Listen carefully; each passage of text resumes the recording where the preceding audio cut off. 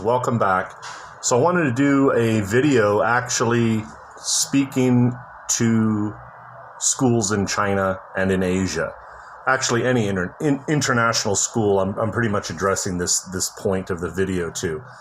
So I've been seeing a lot of schools over the past year or two, and this is not just since the virus, but they are offering, let's say, I saw one today in Shenzhen, pays $14,000 plus an apartment stipend, which, if you know, apartment stipend does not cover the full amount of rent in tier 1 cities.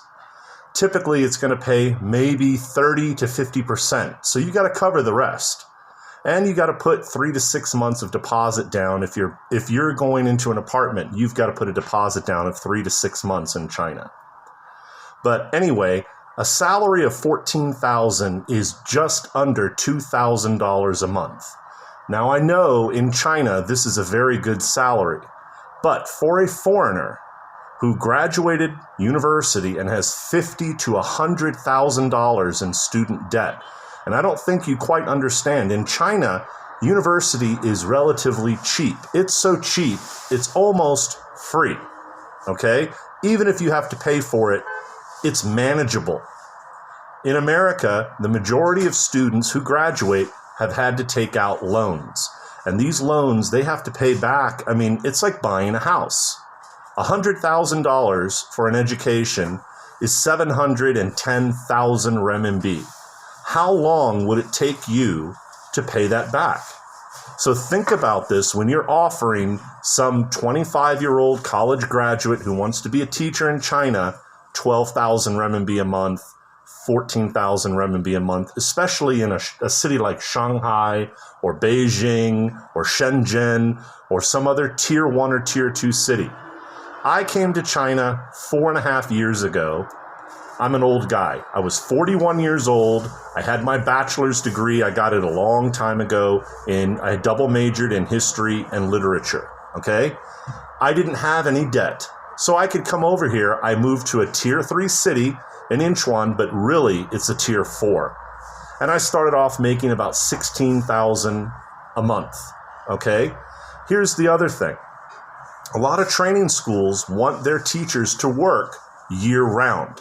If you want a teacher from America to work year round, you need to pay much, much more. And I'm just going to throw a rough number out.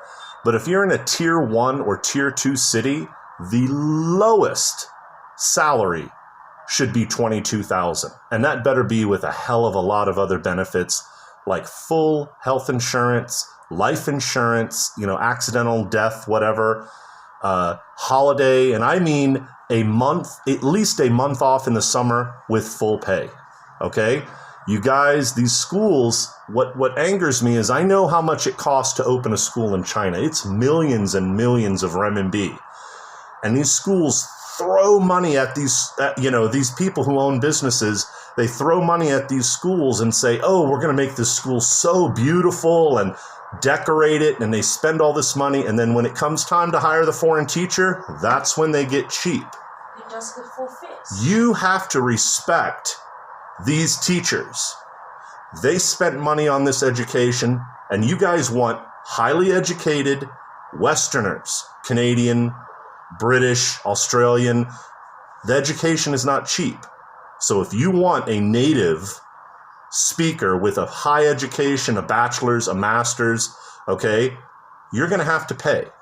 And I'm just going to say that the lowest salary anywhere in China that anybody should consider is 18,000, and that is in the smallest village, because they have to pay bills back home and live in China.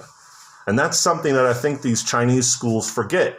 Many people still have car payments, credit card bills they got to pay, rent in some instances, and student loans, which if anybody from the States knows, that's going to be a minimum of $1,000 a month, $1,200 a month, and then your whole salary is gone. So to all the schools, if you want qualified, good teachers, you need to open your pocketbooks up, open your wallets, and pay them more. I'm going to say 18 to 20,000 is the start. Don't get me started in tier 1 and tier 2 cities. It should be 22 to 25 should be the base. So I made this video for all the teachers who are out there who are struggling to find a job in Asia. Don't accept anything shy of 3,000 a month with full benefits. Okay, if you're in China, you should get a month off with pay in the summer. You should get Spring Festival off with summer and all the Chinese holidays, a 40-hour work week, no more than 25 classes a week. Put that in your contract. Make sure they pay you on time and make sure they pay you a fair rate. And if they don't want to give you a pay raise after your first year, leave. Okay? That's the only way these schools are going to start to understand that if they're going to want qualified workers and qualified teachers, they got to pay for them.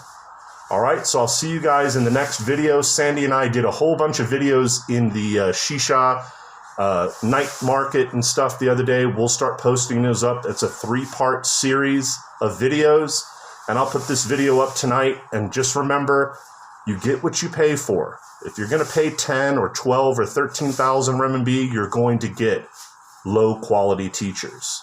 All right, so I'll see you guys later. If any teachers have questions or if any schools have questions, let me know. I'll see you guys. Bye-bye.